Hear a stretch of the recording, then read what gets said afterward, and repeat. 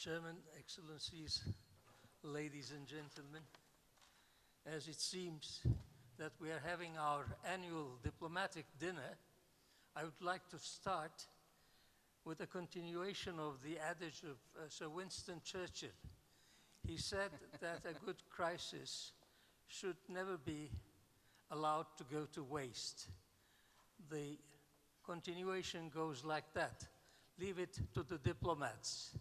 As it is the basis of their livelihood, they will know how to deal with crises. Yes. But on a more serious note, I would like to suggest at the beginning that as one looks at the history of the humanity, it is obvious that the Homo sapiens are a volatile community. There, however, as was mentioned at the beginning of this conference, is a claim that despite this volatility, there is an international system. Is it a constant system? Is the reality not always subject to constant change? As the famous adage goes, there's nothing that does not change but change. On the other hand, another maxim says that the more it changes, the more it boils down to the same thing. Plus ça change, plus c'est la même chose.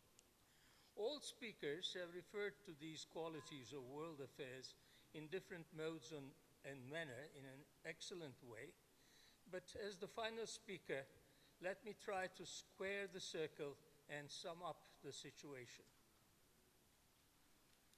From the earliest days, man has organized himself either around food or divinity. In fact, these are not two different approaches. Man always prayed for subsistence.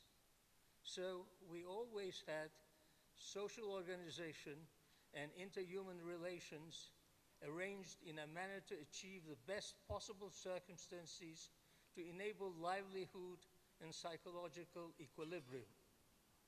Temple societies, hunter-gatherer groups, agricultural communities, city-states, empires, nation-states, regional pacts, international organizations, all claimed to aim for better means to survive.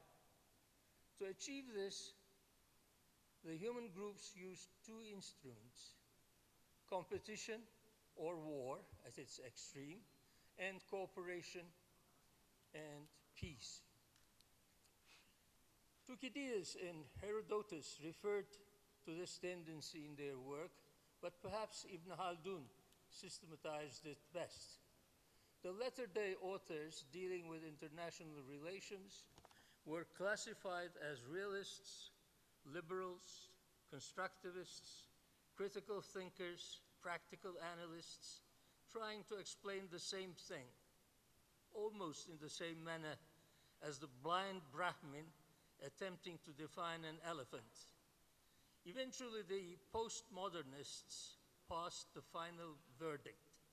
Your ideology, or if you accept the systems approach of the likes of Immanuel Wallenstein, your system is my chain.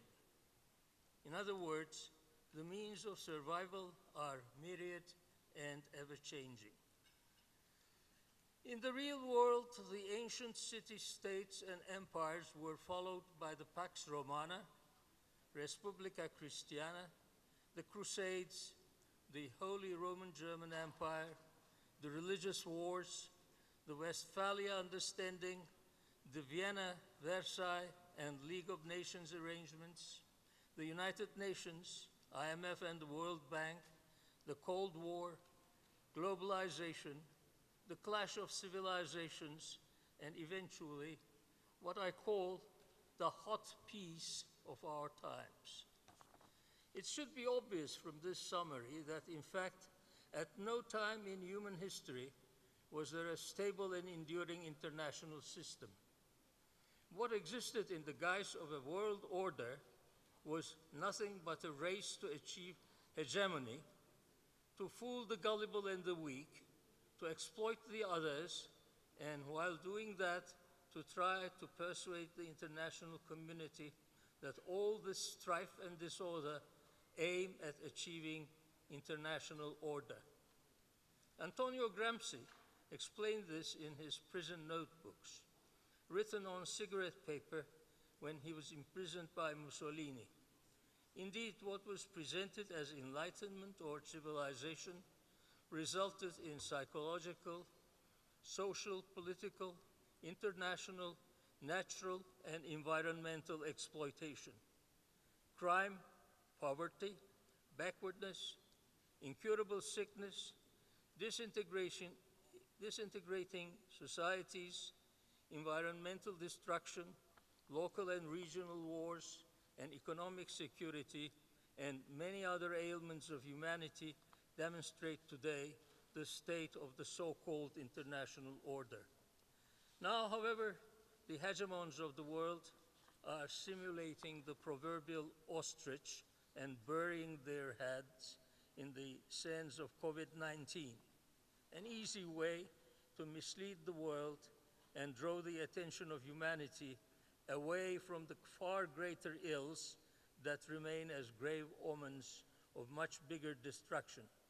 So much for the so-called new normal, a total oxymoron.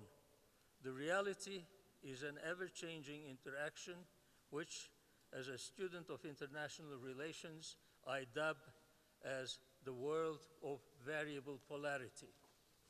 There is no escape from the fact that the post-Second World War and Cold War costume, tailored for humanity as the world order, has burst at its seams. What Francis Fukuyama called the end of history has happened, but it happened in a negative manner. Now the Homo sapiens are totally naked. Much greater intelligence and comprehensive cooperation should be devised to remedy this situation. As to COVID-19, medical and hygienic measures should be more than enough. The world is confronted with much greater dangers. Humanity should, for once, act in unity to confront them. Or, if not, we shall, as Yuval Noah Harari said in his last book, be ruled by cyborgs and robots. However, we still have hope, as this meeting indicates. Therefore, I congratulate the Institute of Strategic Thinking and the Embassy of Azerbaijan for arranging this meeting. It is a worthy effort in the right direction. Thank you.